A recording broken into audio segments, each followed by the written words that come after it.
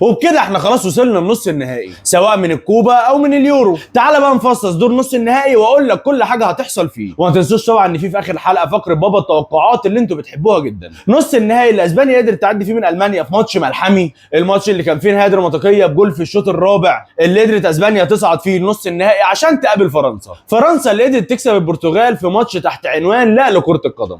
ماتش الفرقتين ما جوش اصلا والاثنين ما لعبوش كره من بدايه البطوله، وللامانه الفرقتين اصلا كانوا يستاهلوا ان هم يخسروا. ماتش البرتغال بينت فيه اوحش نسخه في تاريخ البرتغال، باقوى جيل في تاريخ البرتغال، بس اكتر جيل عنده صرم في تاريخ البرتغال. ولو هتروح بقى في الناحيه الثانيه، انجلترا قدرت تعدي في نص النهائي من ماتش مضحك جدا قدام سويسرا اللي كانت تستاهل جدا ان هي تبقى في نص النهائي، بس بخبره شويه لعيبه في انجلترا قدروا يخلصوا الماتش. عايز اقول لك ان انجلترا عملت اول شوطه بين الثلاث خشبات في الدقيقه 74 واول جول جابته في الدقيقه 80، عشان في الاخر انجلترا بتاخد ميعاد في نص النهائي مع هولندا بقى اللي قدرت تعدي من كمين تركيا اللي كان معمول لها في ربع النهائي. تركيا دي الحصان الاسود الثاني مع سويسرا، تركيا اللي كانت كسبانه هولندا 1-0 لحد الدقيقه 70، وفي الدقيقه 70 قدرت هولندا تجيب الجول الاول وتتعادل، وبعدها في اكتر من مره تركيا كانت هتجيب الجول الثاني وتكسب هولندا، بس عشان احنا عارفين اللي بيضيع هو اللي بيستقبل، هولندا في الدقيقه 76 بتخلص الموضوع وبتجيب الجول الثاني. فيلا بينا بقى نتكلم عن المدعكه بتاعت نص النهائي. فروح يلا بقى في السخان نعمل لايك وسبسكرايب وتعالى بقى نخش على المدعكه. نبدا بهولندا وانجلترا اللي لعبوا مع بعض 53 مره في التاريخ. فازت انجلترا في 22 ماتش، وعلى الناحيه الثانيه قدرت هولندا تفوز ب 14 ماتش بس، وتعادلوا في 17 ماتش. وطبعا واضح هنا جدا التفوق الانجليزي على الطواحين الهولنديه. بس لو هنيجي بقى نتكلم عن تاريخ ماتشاتهم في اليورو، الاثنين لعبوا مع بعض 9 ماتشات بس. انجلترا كسبت 3 وهولندا كسبت 4 وتعادلوا في ماتشين بس. وهنا يبان بقى تفوق الطواحين على الانجليز في اليورو. واخر ماتش بين الفريقين انجلترا فيه قدرت تفوز على هولندا 3-1. وانجلترا بقى داخله الماتش ده باكبر مضحك في العالم ساوث جيت، اللي لحد دلوقتي مش عارف ازاي هم مقتنعين ان هو ينفع يبقى مدير فني. هيقابل منتخب هولندا بقياده كومان اللي عامل اداء عالمي. انجلترا اللي عندها فيل فودن وبيلينجهام وديكلان رايس وهاري كين، وهولندا الناحيه الثانيه اللي عندها ديباي وكودي جاكبو وشافي سيمونز وفيكوريس، وقدروا يسجلوا في اليورو لحد دلوقتي 9 اهداف ويستقبلوا 5 اهداف. اما انجلترا الناحيه الثانيه اللي قدروا يسجلوا 5 اهداف بس وبيدخل فيهم 3 اهداف. فاحنا مستنيين مواجهه بقى ممكن تكون ثعبانيه بين الفرقتين. ونخش على الماتش الثاني، ودي المفروض المواجهه الاقوى في نص النهائي، المواجهه اللي بين اسبانيا القويه جدا وفرنسا الضعيفه جدا. ولو هنتكلم على تاريخ الماتشات بين المنتخبين فهم لعبوا مع بعض 35 مره، فرنسا كسبت فيها 16 مره واسبانيا كسبت 12 مره، وتعادلوا في 7 ماتشات بس في بطوله اليورو لعبوا مع بعض 5 ماتشات بس. اسبانيا قدرت تكسب 3 مرات وفرنسا مرتين وما تعادلوش ولا مره. واخر ماتش بين الفرقتين اسبانيا قدرت تكسب فيه فرنسا 2-1.